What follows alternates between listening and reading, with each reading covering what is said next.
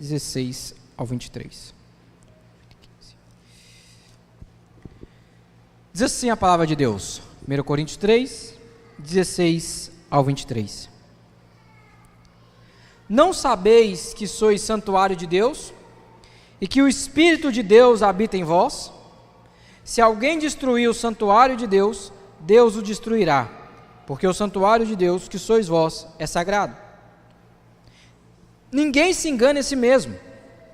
Se alguém dentre vós se tem por sábio neste século, faça-se estulto para se tornar sábio, porque a sabedoria deste mundo é loucura diante de Deus, porquanto está escrito, ele apanha os sábios na própria astúcia deles. E outra vez, o Senhor conhece os pensamentos dos sábios, que são pensamentos vãos. Portanto, ninguém se glorie nos homens, porque tudo é vosso, seja Paulo, seja Apolo, seja Cefas, seja o mundo, seja a vida, seja a morte, seja as coisas presentes, seja as futuras, tudo é vosso, e vós de Cristo, e Cristo de Deus. Vamos orar, meus irmãos, mais uma vez? Senhor, carecemos de Ti, ó Pai. Senhor, ó Pai, por Sua graça, ilumine os nossos corações, ó Pai, e fale conosco por meio da Tua palavra. Ajude-nos, ó Pai, a compreendermos, ó Deus, e que nossos corações venham ser terras boas, para que a Tua palavra, a semente plantada, venha cair e produzir frutos, e venhamos, ó Pai, mudar, ó Deus, aquilo onde nós estamos errando, ser corrigidos, exortados, consolados, fortalecidos. Ajude-nos, ó Pai, carecemos do Teu Santo Espírito, do poder do Espírito, agindo em nosso meio e transformando corações. Sê com a Tua igreja, é que eu oro em nome de Jesus. Amém. Meus irmãos, a exortação de Paulo ainda não terminou. Paulo continua exortando a igreja e chamando a igreja a uma maturidade cristã. Anteriormente ele foi bem duro, quando ele diz, olha, vocês estão agindo como carnais, como crianças. E veja, não é que a igreja de Corinto agia como crianças, como Cristo manda agir, no sentido de, se alguém te ofender, você perdoa logo, e logo está conversando. Não, crianças no sentido de imaturidade, que não sabem tomar decisões, que precisam de alguém para tomar decisões por elas, porque até crianças são mais maduras do que muitos membros da igreja de Corinto. E Paulo está continuando exortando, e anteriormente a isso ele fala, isso acontece, sabe por quê? Porque muitos de vós estão lançando outro fundamento, que não foi Cristo. Vocês estão apegando ao homem, vocês estão apegando a Apolo, a Paulo, a Cefas, sendo que Cristo é o fundamento da igreja. É Cristo que mantém a igreja de pé.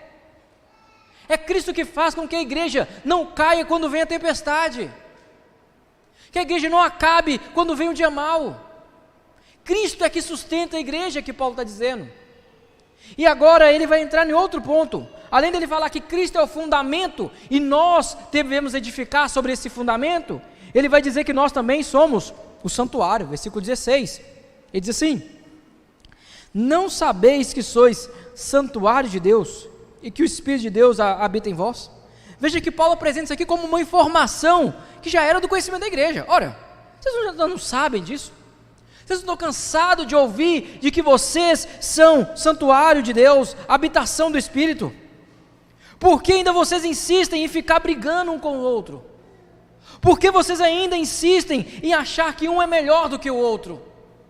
Sendo que Cristo é o Senhor da igreja, sendo que o Espírito é que convence de todo pecado, de toda justiça e de todo juízo. Ou seja, meus irmãos, Paulo está dizendo, aqueles que são maduros, crentes em Cristo, ele entende que o Espírito habita nele, e então toda decisão dele, ele toma por meio do Espírito.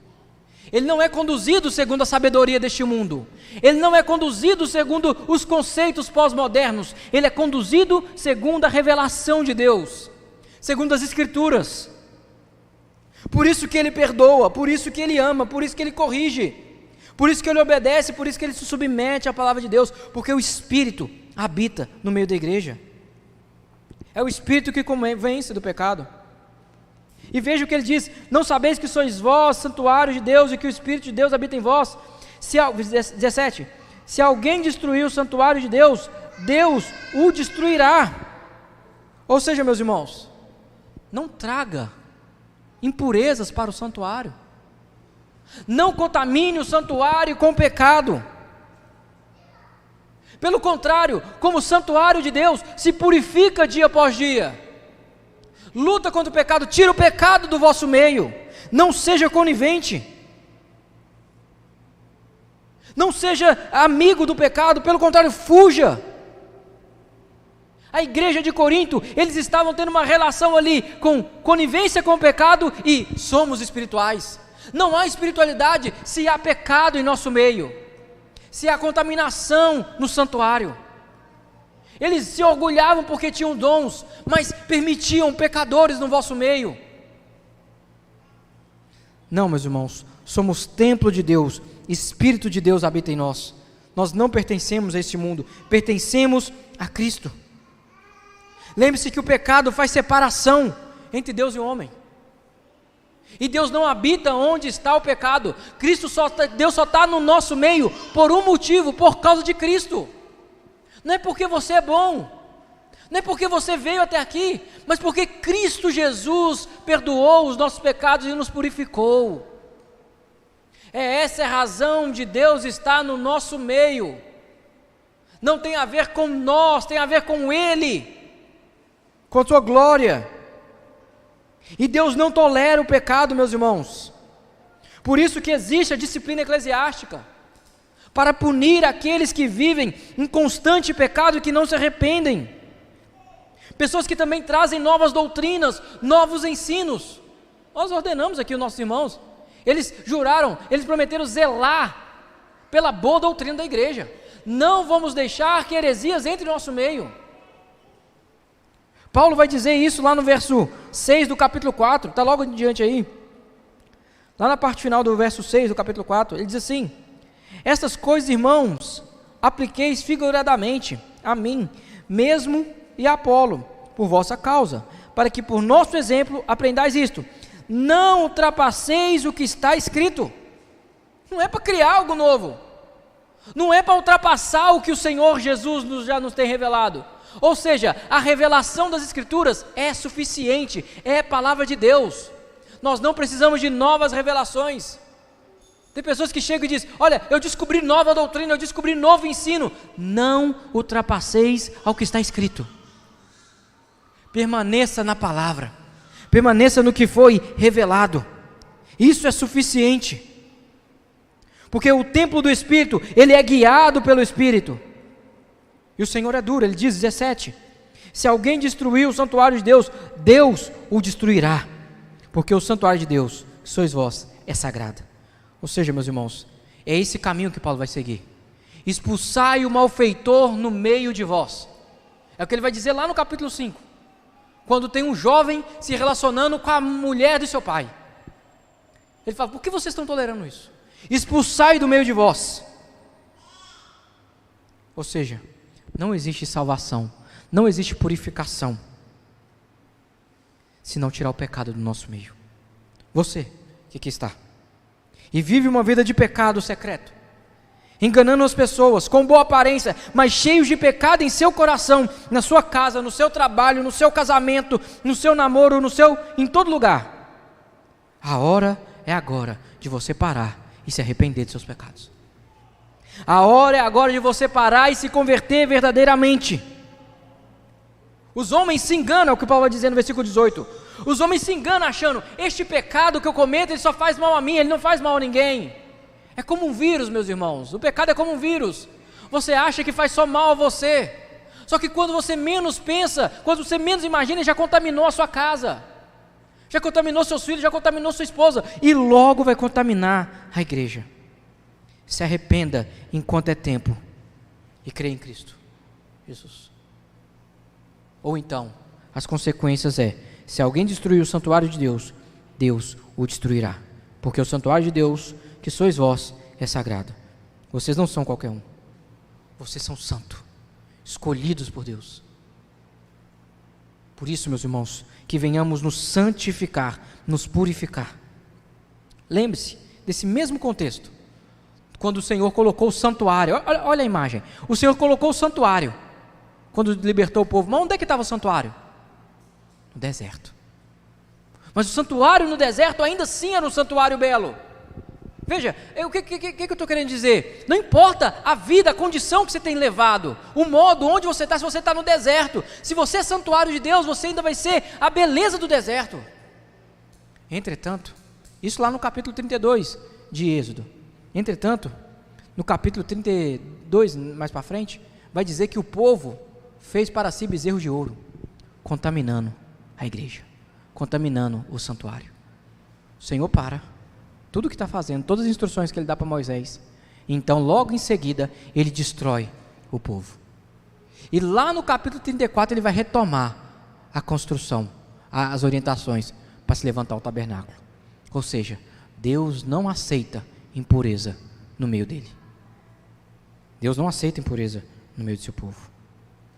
Por isso, meus irmãos, que a nossa paz, ela não depende se estamos passando por desertos. A nossa paz, ela não depende de fatores externos. Às vezes você fala, um santuário no deserto, que bem há nisso? O bem é, Deus está nele. Você passar por provações, por dificuldades nessa vida, você fala, que vantagem que eu tenho nisso? Deus está com você. Essa é a esperança, é esse o renovo, é esse o fortalecimento. Estamos no deserto, mas não estamos sozinhos, desde que venhamos abandonar os pecados, desde que venhamos nos purificar diariamente. Eu cansei de ver pessoas que diziam ser crentes, que diziam ser fiéis a Deus, mas quando veio a primeira tempestade, a primeiro abalo, quer seja a morte de alguém querido, quer seja a doença, quer seja a separação, quer seja a perda, quer seja qualquer outra coisa, se abala e fala assim, não quero mais Deus. E procura sempre encontrar paz em outras coisas que não seja Deus, mas acaba nunca encontrando, e acaba vivendo uma vida de eterna solidão, porque eles não purificaram o santuário, porque eles não se santificaram. Por isso, meus irmãos, nós devemos seguir conforme a palavra de Deus, e não os conselhos deste mundo, e não a sabedoria deste século. Como está a sua vida como templo de Deus? Como está? Se purificando? Ainda que esteja no deserto? Louvando a Deus, exaltando o nome do Senhor, tirando do vosso meio o pecado, não importa de quem seja filho, marido, esposa, vamos consertar? Ou apenas se enganando, ou apenas fingindo que está tudo bem? Pois é isso mesmo que Paulo vai dizer no 18, olha só, acompanhe comigo o verso 18. Ninguém se engane a si mesmo. Esse tema é fantástico. Por quê? Porque Paulo está dizendo o seguinte, olha, não engane a si mesmo. Paulo não está preocupado, olha, não engane o outro, não engane o seu vizinho, não engane o seu funcionário, não engane quem trabalha com você, não engane a si mesmo, pois o grande vilão não é quem está do seu lado, o grande vilão é você. O grande vilão é seu coração. Jeremias 17:9 deixa isso muito claro, quando diz, enganoso é o coração mais do que todas as coisas, e desesperadamente corrupto, quem o conhecerá? Ou seja, meus irmãos, o homem vive em constante auto-engano. Eu vou falar um pouco disso. O que seria o auto-engano? O que seria isso? Seria a pessoa criar para si mentiras, que ela finge acreditar, mas que no fundo elas sabem que não são bíblicas, que não são verdades. Ou seja, nós sabotamos a nós mesmos, o nosso coração nos sabota diariamente, a nossa mente quer nos enganar, e esse auto-engano faz de nós parecer pessoas sábias, mas na verdade somos loucas. Eu vou dar alguns exemplos aqui de auto-engano, como você se auto-engana, a respeito do dia do Senhor, do culto, do domingo. A pessoa negligencia o dia do Senhor, ela negligencia o dia do Senhor, o culto, ela não vai vir à igreja, ela não quer vir à igreja, mas o que ela faz? Durante a semana ela já vai pensando em alguma justificativa plausível para não vir. Ela já vai criando em seu coração um auto-engano. Ela sabe que deve vir, ninguém precisa falar, olha, venha à igreja todo domingo. Ela sabe, se ela é cristã, se ela é crente verdadeiramente, ela sabe. Mas ela cria esse auto-engano em seu coração e cria justificativas que ela acha que são válidas, mas na verdade não são. É como o adultério. Pense no adultério. Acontece dessa forma. Homens e mulheres trocam conversas ali, de modo indelicado. E ele diz, não, é apenas amizade. Não tem nada demais. E ele continua conversando. Homens e mulheres sabem que não deve ver vídeos ou fotos com teor sensual na internet. Mas aí o enganoso, o inocente diz, estamos só admirando a beleza. Auto-engano. Você está se enganando. E quando ele é descoberto, ele diz, como isso foi acontecer? Como é que eu fui cair nisso? Ou como diz, a semana saiu, né? Neymar traiu a sua namorada que estava grávida, expôs ela no Brasil inteiro, humilhou a menina. E aí ele faz um post de desculpa. Errei, quem não erra? Veja, como se o adultério fosse você andando no meio da rua e sair trupicando a pessoa. Meus irmãos, se perdeu o sentido do relacionamento na nossa cultura e nós abraçamos isso. Ele se enganou, e o pior não é isso, o pior é as pessoas nos comentários elogiando, falando assim, olha que atitude madura, olha que homem maduro, como ele cresceu com esse adultério. Meus irmãos, que absurdo, não podemos aceitar isso, não há maturidade nisso, há loucura, mas nós nos enganamos,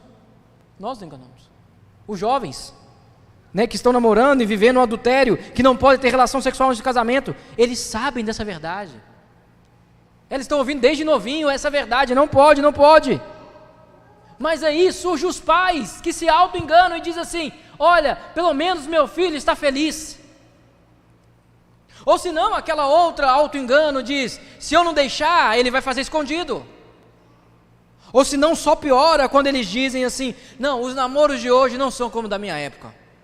Veja como a cultura induziu o coração deste pai.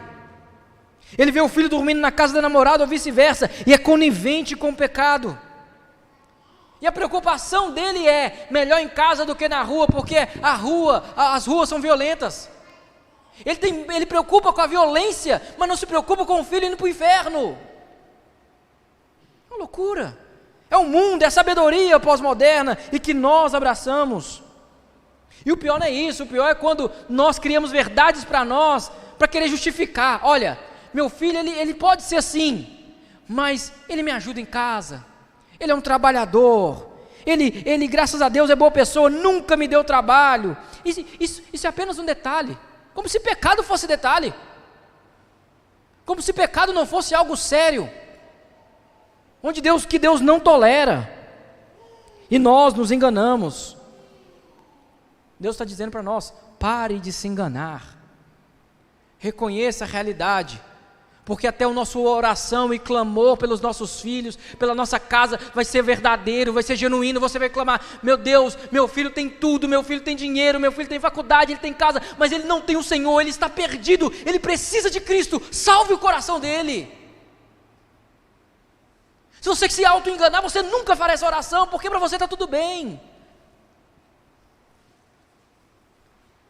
Meus irmãos, boas pessoas serão condenadas, essa é a verdade. Pessoas que fizeram bem a vida inteira serão condenadas, porque não é fazer o bem que te salva, é crer em Cristo, é confiar em Cristo Jesus. Não é ser uma boa pessoa, um bom cidadão, porque isso no mundo nós encontramos, mas é ser crente em Cristo Jesus, é confiar no Senhor. Essa é a sabedoria. Paulo diz, ninguém engane a si mesmo. Se alguém dentre vós se tem por sábio neste século, faça-se astuto para se parecer sábio. E o pior não é isso, meus irmãos. O pior é quando isso toma conta, e além da justificativa da nossa emoção, a ciência ainda faz isso. A pessoa está vivendo uma vida totalmente atribulada, incrédula. Ela tem medo do amanhã, preocupações exageradas. Ela está uma ansiedade exagerada. Ela não tem paz de Cristo. E o que ela faz? Ela vai ao psicólogo para ouvir dele, a culpa não é sua, os dias são ruins, a culpa são dos seus pais, a culpa é do passado, todos são culpados, menos o indivíduo. O que eles chamam de ciência, a Bíblia chama de pecado, de auto-engano. E o pior é que nós abraçamos isso, essa sabedoria moderna. O mundo que sempre procura justificar os seus erros e o seu pecado, e a gente diz, ok, somos coniventes. Famosos se casam, fica 2, 3 anos, 1 ano casado, e eles terminam, separam, dizendo assim: olha, nós ainda somos amigos, gostamos um do outro, mas é que cada um resolveu seguir o seu caminho. E aí a sociedade olha para aquilo e diz: olha que relacionamento maduro. Relacionamento maduro, meus irmãos, é que dura para sempre, é que luta, é que sofre, mas que permanece. E eles parecem sábios diante da sociedade. Mas pensar isso, meus irmãos, exigir isso do mundo, até que vai. O mundo tem que pensar dessa maneira, mas a igreja, nós, o povo de Deus, veja, abram comigo uma página para frente, no capítulo 5. Olha como a igreja de Corinto se auto-enganava. Olha como eles achavam-se que estavam bem, mas estavam na verdade mal. 1 Coríntios 5, versículo 1 e 2. Olha o que diz. Diz assim, 1 Coríntios 5, versículo 1 e 2. Geralmente se ouve que há entre vós imoralidade. Imoralidade tal, como nem mesmo entre os gentios, isto é, haver quem se atreva a possuir a mulher do seu próprio pai. Aquela casa que eu falei. Ou seja, havia um pecador lá na igreja de Corinto, que fazia tal coisa que até entre os ímpios, aquilo era terrível. O cara ficar com a mulher do seu próprio pai. Nenhum ímpio aceitava isso. Então, ou seja, era pecado. Entretanto, olha o que diz o verso 2. E contudo, andais vós ensoberbecidos, e não chegaste a lamentar, para que fosse tirado do vosso meio quem tamanho ultraje praticou? O que Paulo está dizendo? Aqui a palavra ensoberbecida tem um sentido, e vós ainda continuam se enchendo igual balão. Eles estão orgulhosos do que está acontecendo, ao invés de se entristecer pelo pecado daqueles que estão praticando. É muito de nós. Nós pegamos coisas boas dos nossos filhos, ainda que eles não tenham Cristo, e falamos: olha o orgulho que ele me deu. E nem nos entristecemos com a vida de pecado que eles levam.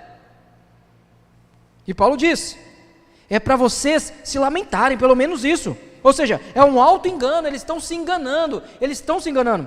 E no verso 9, de 1 Coríntios 5, 9, olha comigo. Diz assim, 1 Coríntios 5, 9. Já em carta vos escrevi que não vos associeis com os impuros. Ou seja, meus irmãos, não é algo novo. Paulo já havia dito: não tem sociedade com os impuros. Entretanto, no 10, Paulo vai dizer assim: refiro-me com isto não propriamente aos impuros deste mundo, ou os avarentos, ou roubadores, ou idólatras, pois neste caso teria de sair do mundo. O que Paulo está dizendo? Do mundo nós podemos esperar isso. Eu não estou falando do mundo. O mundo está condenado. Se o mundo não se converter a Cristo, ele está perdido, já está condenado. Não é deles que eu estou falando, não é eles meu foco. Verso 11, foco de Paulo: mas agora vos escrevo que não vos associeis com alguém que, dizendo-se irmão. O que é isso? Senão auto-engano. Alguém que diz ser algo, mas que ela não é. Ela diz ser irmão, mas na verdade ela não é. Ela é impuro, ela auto-se engana. Ela diz ser crente em Cristo, mas ela vive a impureza. Ela é avarenta, ela é idólatra, ela é maldizente, ela é beberrona, ela é roubadora. Com esse tal ainda nem comais. E aí Paulo vai dizer no verso 12: pois que direito haveria eu de julgar os de fora?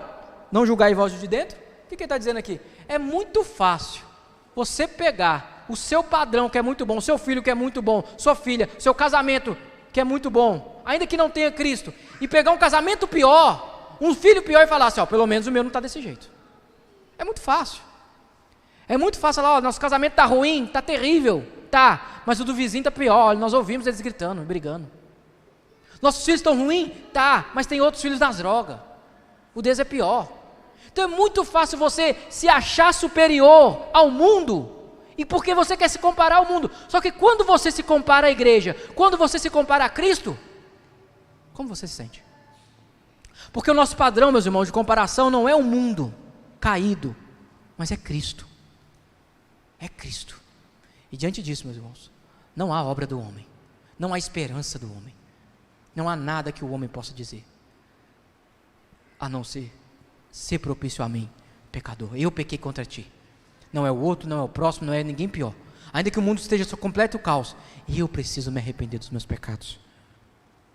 E ele fala, 13: os de fora, porém, Deus os julgará. Expulsai, pois, dentre vós o malfeitor. Ou seja, não seja conivente com o pecado. Voltando lá no capítulo 3. Meu irmão, minha irmã, pare de se enganar. Pare com essa mentira. Reconheça que todos os argumentos que parecem sábios para justificar o teu pecado é engano. Não tem base na palavra de Deus. Não passa de argumento secular. Reconheça isso. Fuja desse auto-engano e encontre a redenção, e encontre o perdão, e encontre a reconciliação. Pois só reconhecendo verdadeiramente a sujeira que você vai encontrar a verdadeira limpeza, purificação. Enquanto você achar que eu não estou tão sujo quanto o outro, não haverá beleza na purificação de Cristo. Fuja desse auto-engano, que venhamos fugir desse auto-engano. Examine a si mesmo, como um pai, como mãe, como marido, como esposa, como filho. Aceita as exortações das Escrituras. Faça-se estudo para se tornar sábio. O que significa, né? Fazer estudo para se tornar sábio. Aqui Paulo está dizendo o seguinte: olha, vocês diante do mundo pareçam loucos, porque é aí que está a verdadeira sabedoria.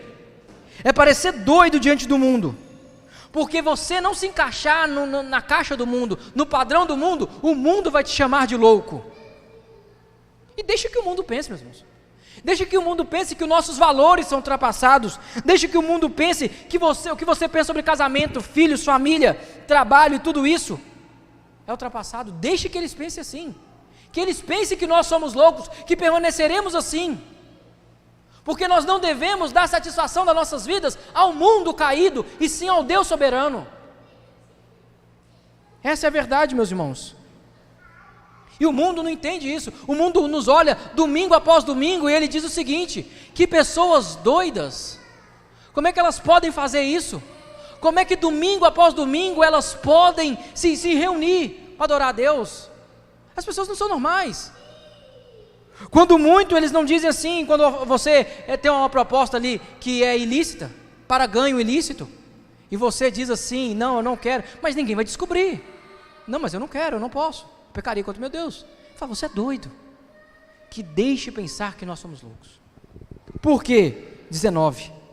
Porque a sabedoria deste mundo é loucura diante de Deus, porque está escrito: ele apanha os sábios na própria astúcia deles. E outra vez, o Senhor conhece os pensamentos dos sábios, que são pensamentos vãos. O que Paulo está dizendo aqui? Você quer seguir a sabedoria deste mundo? Ela é loucura e ela é vã. E ele cita aqui Jó. Ele cita 2 textos da Bíblia. Jó 5,13, ele apanha o sábio na própria astúcia, né? O mais sábio dos homens, o que se acha mais sábio, o Senhor pega eles pelo calcanhar, e eles parecem loucos. Quem não lembra do caso do Steve Jobs? Né? Steve Jobs, ele foi um grande homem, um inteligente. Ele revolucionou a questão da tecnologia. Mas foi um homem que, quando eles estavam com câncer, ele falou assim: olha, eu não quero a medicina moderna, eu não quero a medicina, eu não quero os estudos convencionais da medicina, eu vou ir para os estudos alternativos. E aquilo só piorou a sua situação. Ele tinha câncer no pâncreas, pior, que é agressivo. E aquilo só piorou, e quando chegou não dava mais tempo de nada. Ele morreu. O homem que se dizia sábio, um dos homens mais inteligentes, achou que tudo estava no seu controle e governo. Ele fracassou. Deus pega esses sábios pelas loucuras deles, pelas astúcias deles. É tolice confiar nesses sábios deste mundo. E ele diz ainda: ele conhece e apanha os sábios na própria astúcia deles. O Senhor conhece os pensamentos dos sábios, que são pensamentos vãos, ou seja, pensamentos vazios. O mundo, ele está em busca da paz mundial, e investe dinheiro, e investe nisso, e quão longe nós estamos dessa tal da paz mundial? É vã isso, é vazio. Achar que governo vai mudar e aí o mundo vai ser um lugar melhor para se habitar. Não, meus irmãos. Não, meus irmãos. Ele torna o pensamento deles vão. Veja bem, qual desses você quer seguir? A sabedoria de Deus, do Deus Criador, como o templo do Senhor, ou a loucura e o vazio da sabedoria deste mundo? Não tem como você sair daqui neutro. Não tem como você falar assim: depois eu decido. Porque alguém vai conduzir o seu modo de pensar, alguém vai conduzir as suas ações amanhã no trabalho, amanhã com a sua família, alguém vai conduzir. E se não for o Evangelho, se não for as Escrituras, é a sabedoria deste mundo. É a sabedoria deste mundo. Versículo 21 a 23, para encerrarmos. Diz assim: portanto, ninguém se glorie nos homens, porque tudo é vosso. Seja Paulo, seja Apolo, seja Cefas, seja o mundo, seja a vida, seja a morte, seja as coisas presentes, seja as futuras, tudo é vosso, e vós de Cristo e de Deus. Veja bem, meus irmãos, por que Paulo está dizendo isso? Paulo está dizendo, olha, vocês insistem em brigar, a igreja de Corinto insiste em fazer divisões, em criar grupinhos, a odiar uns aos outros, a não perdoar, sendo que tudo que nós precisamos e necessitamos é de toda a igreja. O irmão que você fala, eu não gosto dele, eu tenho raiva dele, eu não quero conversar com ele, é o irmão que estará no céu com você. Como você não quer ter comunhão com ele aqui e no céu quer ter? Paulo está dizendo, todos nós pertencemos a Cristo. Quando ele diz aqui, tudo é vosso, ele não está dizendo no sentido de, a teologia da prosperidade pega isso e elas colocam, olha, tudo é seu, o Senhor te deu o mundo, o Senhor vai te dar o carro do ano, a casa do ano, é só declarar, é só decretar. Não, não existe isso, meus irmãos. Não é esse o sentido de tudo é vosso. Não é algo, decrete, então você vai ter, não é assim que funciona. A ideia aqui que ele fala, nós temos tudo, que é Cristo.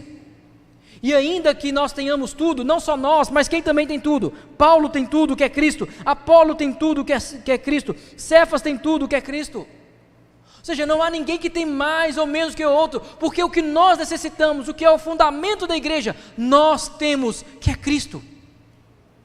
Por que então nos dividimos? Por que então brigarmos? Por que abraçar a sabedoria deste mundo? E veja, meus irmãos, que no 22, um comentarista vai dizer que Paulo aqui ele cita 5 grandes medos do nosso mundo. Olha o que ele diz: seja o mundo, não é o que as pessoas sempre dizem, o mundo e toda a sua maldade, o como faremos com esse mundo mal que estamos vivendo. Seja a vida, todos nós temos dilemas que nós enfrentamos na vida. Seja a morte, a nossa incapacidade de lidar com ela. Como é que você lida com a morte? Nós não sabemos lidar com a morte. Seja as coisas presentes, nossas decisões do dia a dia, ou seja as coisas futuras, nossos medos a respeito do amanhã. E ele diz, tudo é vosso. O que significa isso? Por que ele cita esses 5 medos que todos nós enfrentamos e no final ele diz, tudo é vosso? O que ele está dizendo, meus irmãos? É que os sábios deste mundo, os ímpios, eles não sabem lidar com esses dilemas. Eles não sabem resolver a morte, eles não têm certeza do amanhã, eles não sabem lidar com o futuro. Mas a igreja não. A igreja lida com esses 5 dilemas bem em Cristo. Seja o mundo, ou seja, ainda que o mundo seja mau, a igreja crê e confia que um dia o justo juiz virá, condenará os ímpios, e então essa terra não será novos céus e nova terra, e nós habitaremos nela para sempre. Seja o mundo. Seja a vida. Enquanto tivermos fôlego, nós adoraremos ao nosso Deus e glorificaremos ao Senhor e obedeceremos todos os seus mandamentos. Seja a morte foi derrotada na cruz, a morte não mais pode nos condenar, a morte, o máximo que ela pode fazer é nos aproximar do nosso Senhor. Seja as coisas presentes, desde o levantar ao deitar, nós temos certeza que o nosso dia está nas mãos do Senhor, nós temos certeza que nós pertencemos a Cristo. Assim como o futuro, o amanhã, alguém sabe? Não, mas nós sabemos que nosso Deus governa sobre o futuro. Ou seja, aquilo que causa mais espanto ao mundo, em nós temos o conforto e a alegria em Deus. A vida, a morte, o mundo, o futuro e todas as coisas. Por isso, meus irmãos, que em Cristo você tem tudo. Por isso que, meus irmãos, que em Cristo você não precisa de mais nada. E veja, ainda que não tenhamos resposta de todas as coisas, nem sempre vamos ter, o nosso compromisso sempre será com Cristo. E Paulo está insistindo, por que vocês ainda, diante de tudo isso que vocês têm, essas respostas maravilhosas, esses conceitos maravilhosos, por que vocês ainda insistem em abraçar a sabedoria deste mundo, que nada resolve? Por qual motivo vocês ainda tentam procurar, achar esperança em algum homem? Aceitar, trazer sabedoria para o seu casamento, para a sua família, para a educação dos seus filhos. Abandone isso. Pare de se enganar. Como eu disse, qualquer justificativa para justificar o pecado é tolice, é loucura. Você acha que tem paz, mas longe de Cristo o que você tem é uma grande mentira. Porque a sua paz depende de tudo, depende dos dias estar bom, depende da sua saúde estar boa, depende de ter dinheiro em conta, depende de você estar trabalhando. E o mundo não funciona assim, com mil maravilhas. Porque amanhã nós não sabemos, e o amanhã pode ser um murro no nosso peito, no nosso rosto. E aí, se sua paz não estiver em Cristo, ela logo desaba, como ele diz, do fundamento que cai. Por isso, meus irmãos, abandone esse auto-engano, abandone a sabedoria deste mundo, e viva a verdade em Deus, e viva a verdade em Cristo, submetendo a palavra do Senhor, sendo o santuário de Deus, e se purificando diariamente. Pare de se enganar. Lembra que Cristo, por meio dele, você tem tudo, porque ele é herdeiro, logo nós, como irmãos dele, somos co-herdeiros, herdaremos todas as coisas com ele nos céus. Essa é a nossa esperança.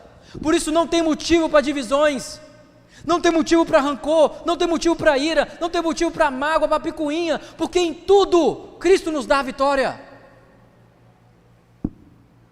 Que como igreja venhamos viver de forma firme, como ele diz no verso 23, tudo é vosso, e vós de Cristo, e Cristo de Deus. Essa é a nossa esperança.